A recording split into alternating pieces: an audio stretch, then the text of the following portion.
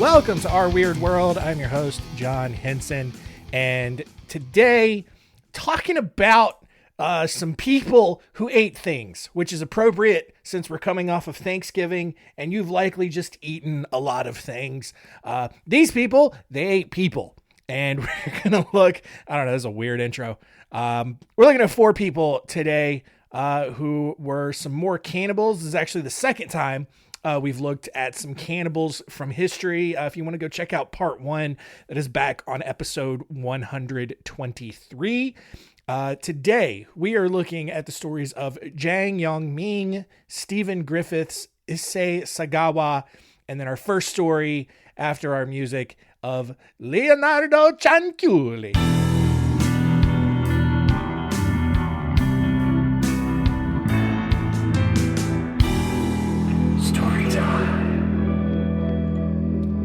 Leonarda Cianciulli. I don't know. It's so much. It's just more fun to say it in an exaggerated Italian accent. But anyway, Leonarda Cianciulli was born on. I also haven't said it the same way all 3 times I've said it, so I'm going to say it again, and it'll probably be different. Leonarda Cianciulli was born on April 18th, 1894, in the town of Montella in southern Italy. However, that wasn't good enough for Leonarda, and she actually tried to kill herself on 2 separate occasions. And when that didn't work, she settled on a marriage to a guy who worked as an office clerk, even though her parents had been working and planning to have her marry someone else. But when Leonarda defied her parents' wishes, her mother then placed a curse on the new couple. And I mean, as the story goes, maybe the curse actually worked. Leonarda and her new husband, Raphael, moved to Lauria, where Leonarda was subsequently thrown in jail for fraud. When she was released, the couple then moved to Lacedonia, where their new home was promptly destroyed by an earthquake. They then moved to Correggio, where, in what seemed like a rare stroke of good fortune, Leonarda opened a store and quickly gained popularity throughout the neighborhood. But if her life hadn't been hard enough already, Leonarda had actually gotten pregnant 17 times since marrying Raphael. 3 of those pregnancies ended in miscarriage. 10 of the kids who were actually born ended up dying at a young age. So, she ends up with 4 kids, fine, but to get pregnant 17 times, all right? I just went through it once with my wife, and I'm good. I've had enough, and I didn't even do anything. But to go through it 17 times and to give birth 10 times, to go all the way through it and then have 10 kids, and then they all died. And you have 4 that live, which we're glossing over them, I guess. That's just insane. So after one fortune teller told her that all of her children would die, she then went to a palm reader, because what do fortune tellers know? And the palm reader told her that she would end up either in a prison or an insane asylum. So no one has any good things to say about this woman's life. So she becomes really paranoid and really protective of her 4 children that actually did live. In 1939, though, her oldest son, Giuseppe, was drafted to the Italian army in preparation for World War II. And at that point, Leonarda completely lost her mind, because it's like, oh no, my son is going to die. I have the other 10 kids and they all died. I got to protect my other 4 kids. And the first one that made alive, he's going to die in this big war. And so she vowed that she was going to do whatever it took to keep him alive.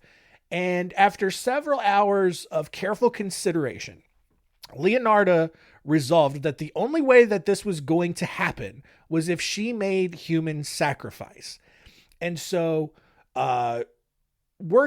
she found a job as a part-time fortune teller, which I don't even know how you do that. Leonarda began founding her participants for human sacrifices. It started with Faustina Setti, who went to Leonarda for guidance on finding a husband. And on the day of their final meeting, Leonarda gave Seti a glass of drugged wine. And once she was incapacitated, Leonarda hacked her body into pieces with an axe. She then drained the blood and threw several pieces of Seti's body into a pot, added like some type of corrosive soda acid thing, stirred the mixture together until this woman's body had basically been dissolved into a thick paste. Who's hungry for some nice human paste? So disgusting. She then dumped the mixture down into the sewer, and having taken care of like the hardest part, ostensibly in disposing of a whole human body, Leonarda then took the blood, dried it into, basically dried it out in the oven, mixed it with various ingredients, and made these little blood tea cakes. And then she had to get rid of the cakes, right? So I don't know why she couldn't just pour the blood down the drain, whatever. She served those blood tea cakes to ladies who visited her house, which is insane. After murdering another woman and turning her blood into tea cakes, Leonarda met Virginia Virginia Cassioppo. But instead of turning this woman into food, Leonarda melted her flesh, added a bottle of cologne, and then turned her into soap that she then distributed to several of her friends and neighbors. So insane.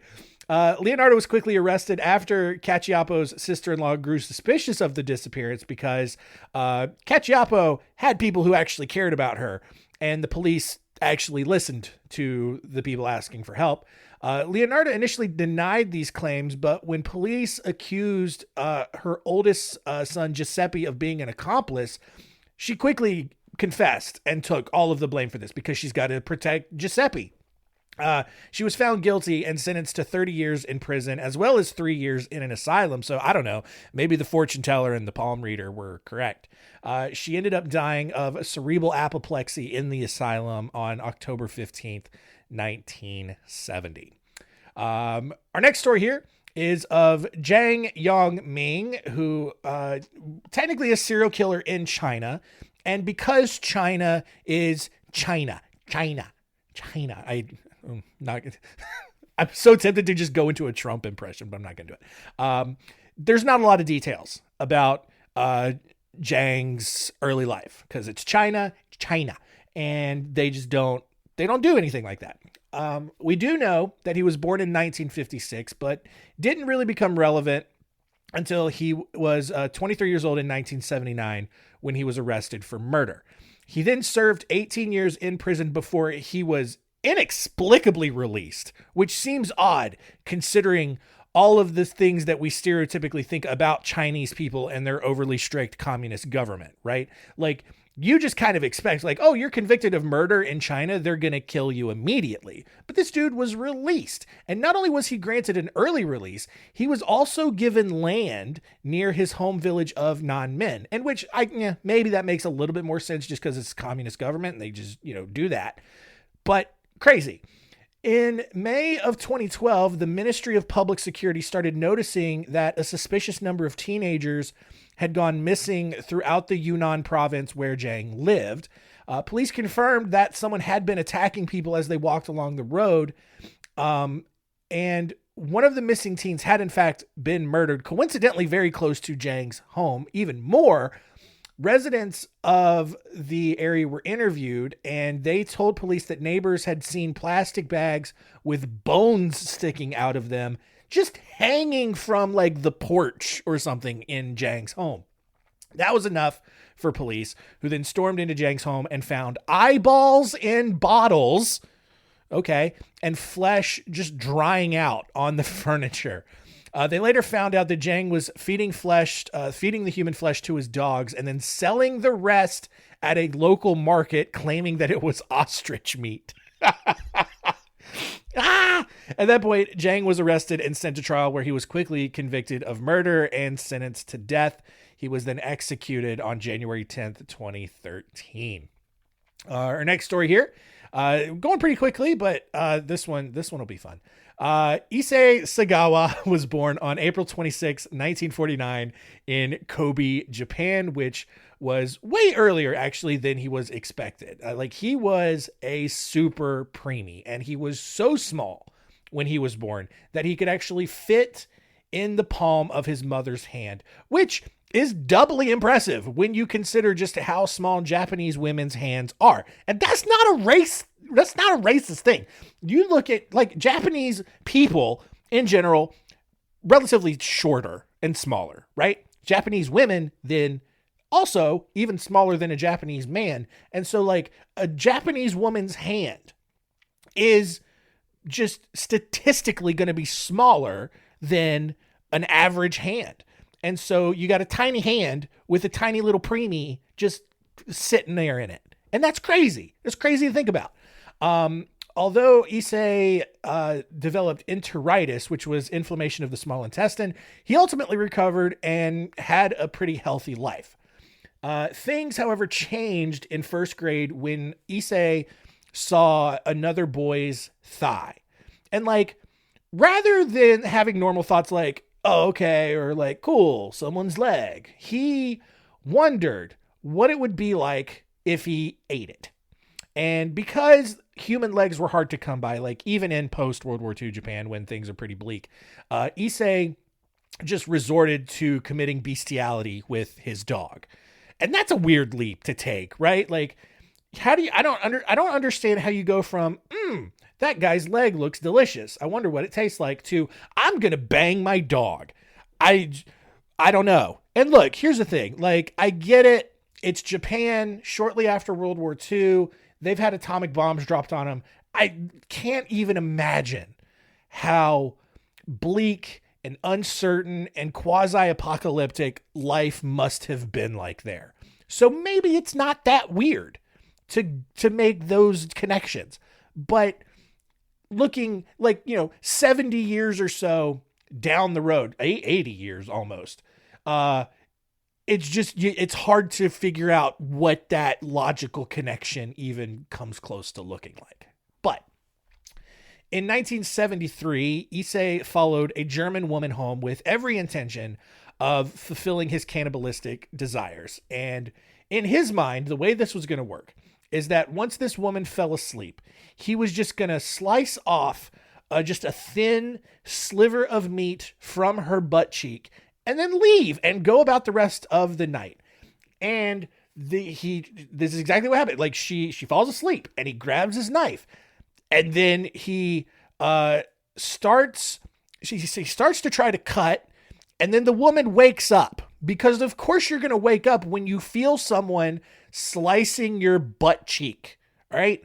But this woman, all right, she is a larger woman. And I'm not saying she's fat. I'm just saying she is a bigger human being than Issei was, because Issei, he's a preemie, and we'll talk a minute about just how tiny he was. He didn't grow into a full-size person. Preemies just don't do that. And so she wakes up to find that Issei is trying to cut a chunk of her butt out. And so she is very angry. She pushes him to the ground and keeps him pinned down until the police could arrive and charge him with rape. 3 years later, Issei decided to leave Japan and move to Paris to get his doctorate in literature. He spent practically every night bringing home prostitutes with the hope of killing and eating them. He didn't care about having sex with them. He just wanted to kill and eat them. However, each time he got to the point of trying to shoot them to do the killing part, he froze up and he just couldn't go through with it. Finally, though, on June 11th, 1981, Issei invited classmate Renee Hartevel back to his apartment, to translate poetry for an assignment, but of course, he didn't really plan on doing any poetry, right? He's just like, Renee, I want to come back to my apartment to translate the poetry for my assignment. Will you please help me? And she's like, yeah, I'll do that. That's cool. You're a tiny little guy. What are you? You're harmless. And so he, obviously he's trying to kill and eat her. And at this point in his plan, he's trying to target women who had traits and physical characteristics that he did not have. And according to Issei, Renee was very healthy, which he was not. She was beautiful, which he also was not.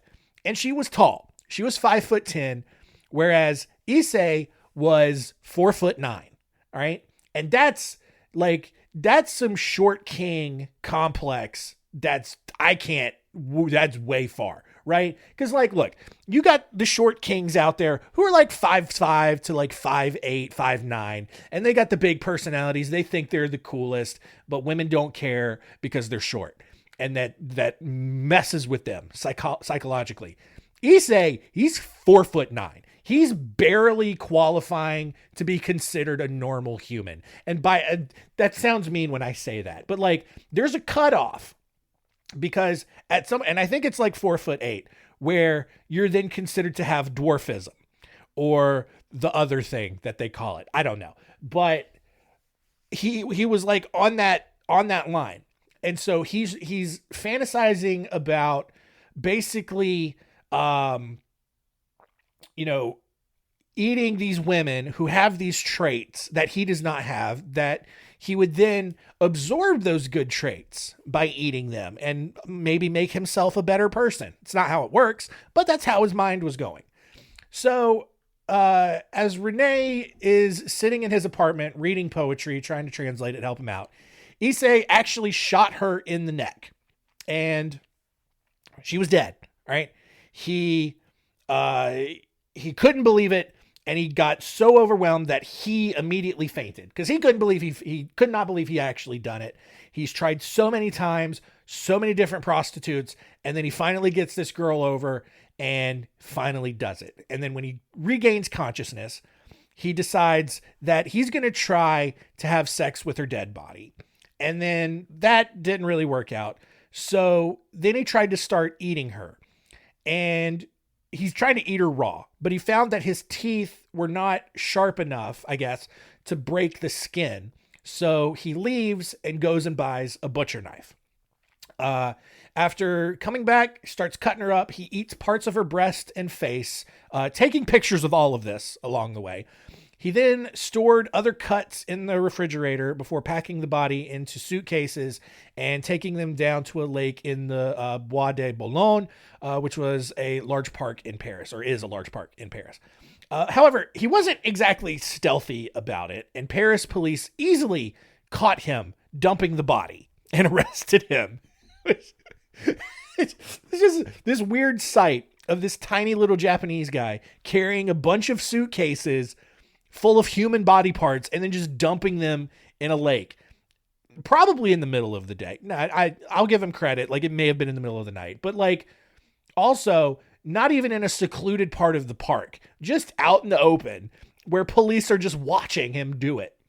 So they arrest him. And after being held for 2 years while he waited for his trial to begin, Issei was eventually found insane and unfit to stand trial.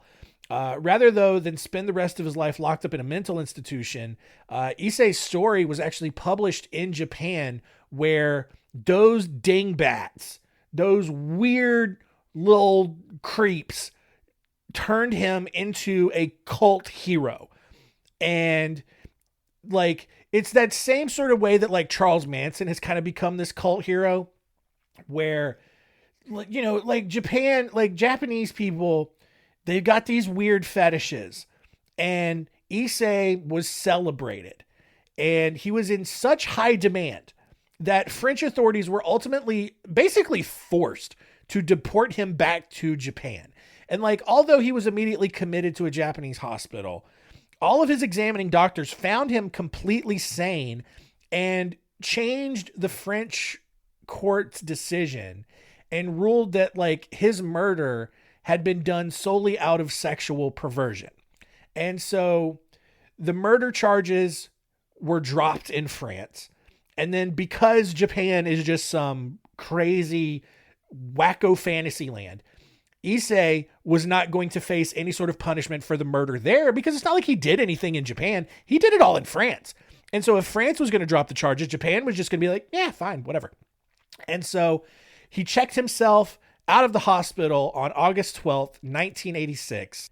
And for basically like the next decade, he went on, like he spoke at different events. He appeared in a film. He wrote books about the murder that he committed, as well as another book on the 1997 Kobe child murders. He wrote restaurant reviews for a Japanese magazine. But eventually, like, people started to change their mind about their view on him. No one really wanted to hire him anymore. And he basically ended up living off of government assistance.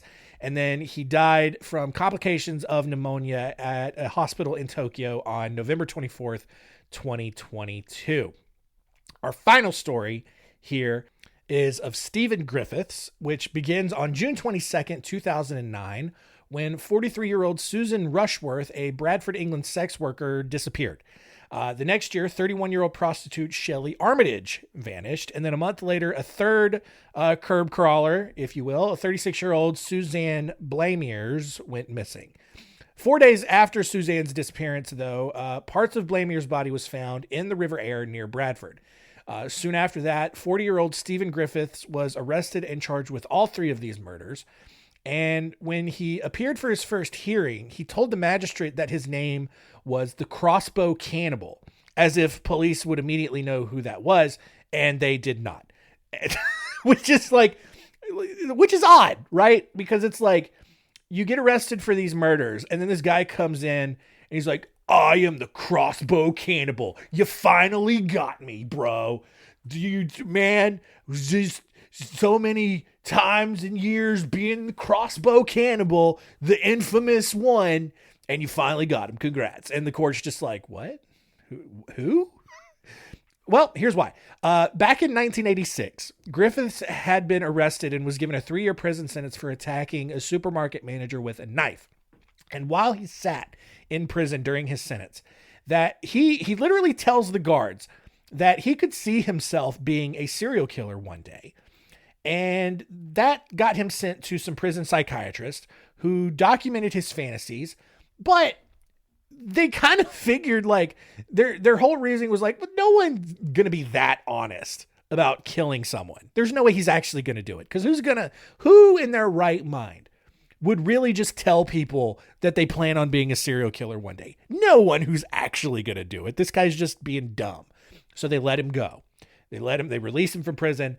And 5 years later, he was diagnosed as a schizoid psychopath after he was given another 2-year sentence for holding a knife against a girl's throat.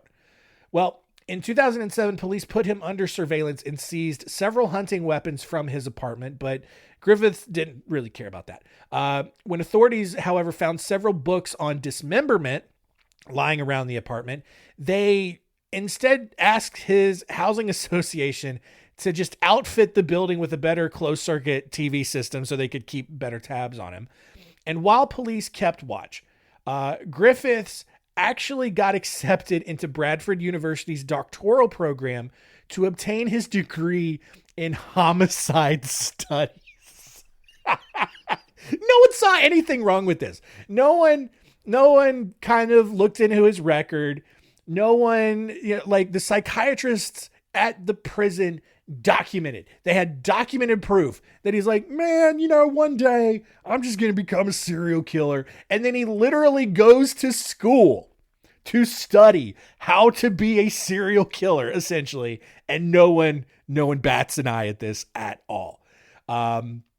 Griffiths was ultimately sentenced to life in prison for his 3 murders. Prime Minister David Cameron didn't talk about how mentally unstable people shouldn't be allowed to buy weapons or pursue a doctorate in murder.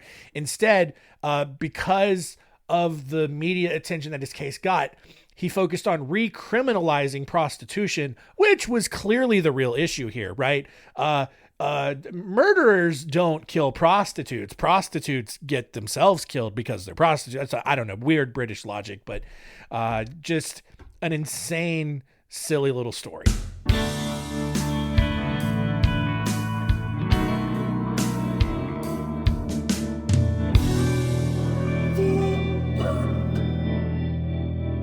All right, more Cannibals in the books, and just some fun stuff. I realize, some of these stories not a lot of direct cannibalism, but still there. And still people who either confessed to being cannibals or like did some things with people's bodies that you just shouldn't do. Like, if you're going to kill them, fine. Don't serve their meat to other people and make, unknown numbers of other people cannibals. That's rude. All right. That's like, it's weird. It's weird that that's the line that I've drawn. It's like, it's like murder people. Okay, fine. Cannibalize them. Fine. Don't get other people involved. Don't get innocent people involved. Don't make innocent people also be cannibals or like wash their bodies with the soap made from human. That's rude. That's just rude. Also, hang on though. Hang on. Great business idea here. What if, all right, let's say you're a plastic surgeon and you're doing liposuction. All right. What if you take that fat that you remove from people during liposuction and you turn that into soap and it's all natural soap?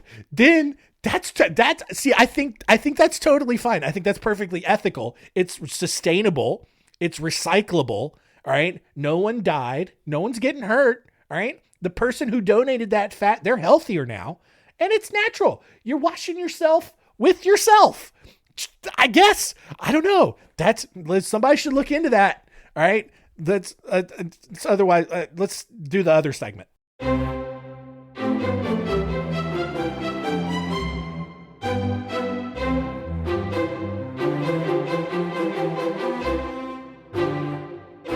What did we learn? Number 1, Leonarda Cianciulli got real paranoid that her 4 remaining kids were going to die, decided that the only way to keep them alive was to make human sacrifices, which she did, and then made tea cakes out of people's blood and made people eat them and made soap as well. Gross. Number 2, Issei Sagawa, tiny little preemie Japanese man, just had a lifelong fantasy of killing someone and eating them. Finally did it, and then he was turned into a hero back in Japan because, oh gosh, there's some weird people over there. And then number 3, Stephen Griffiths literally went to school to learn how to be a murderer. No one saw anything wrong with that, and then should not have been surprised when he actually did become a murderer.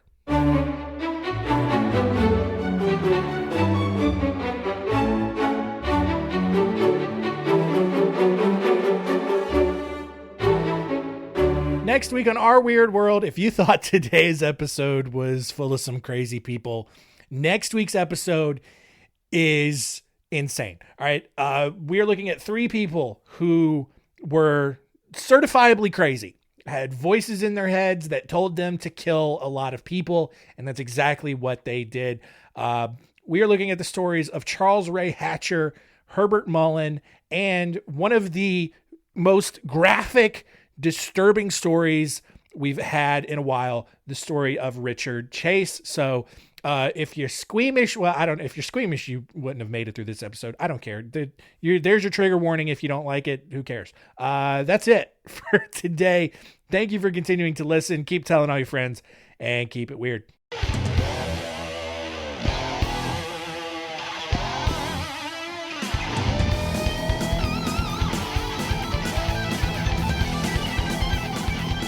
Staring out my window, I brush my hair, getting dressed to meet my friends, but I don't know what to wear.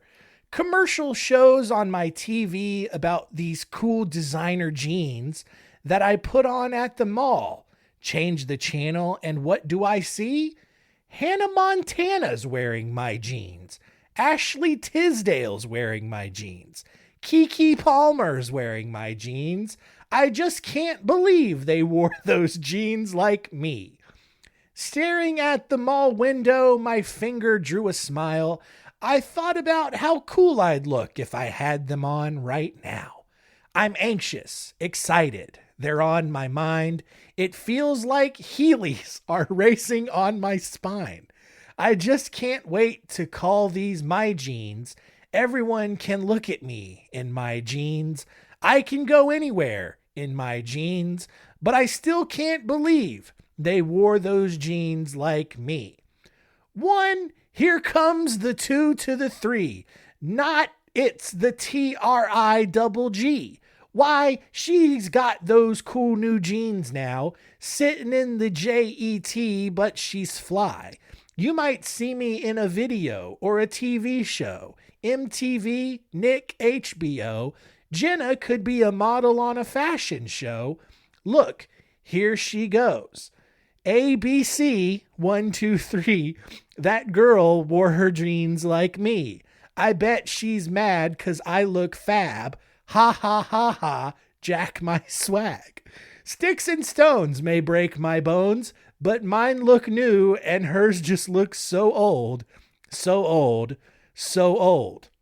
Oh my, look at those jeans. They should be posted in a magazine. Matter of fact, let me get my phone. You should strike a pose. Smile for the camera. Freeze. What? Trig bought a new BlackBerry. What? Trig bought a new BlackBerry. What? Trig bought a new BlackBerry. Aw, just take the picture already. Sorry, I was stuck in a daydream when I bought those jeans with my new ice creams. Then I looked so good when I hit the scene, so fresh, so clean, all eyes on me. And then I turned on my TV, and what do I see? The Black Eyed Peas and Jay-Z. I just can't believe they wore their jeans like me. OMG, OMG, she wore those jeans like me. OMG, OMG, she wore those jeans like me. Like me. Me. Like me. Like me. Me.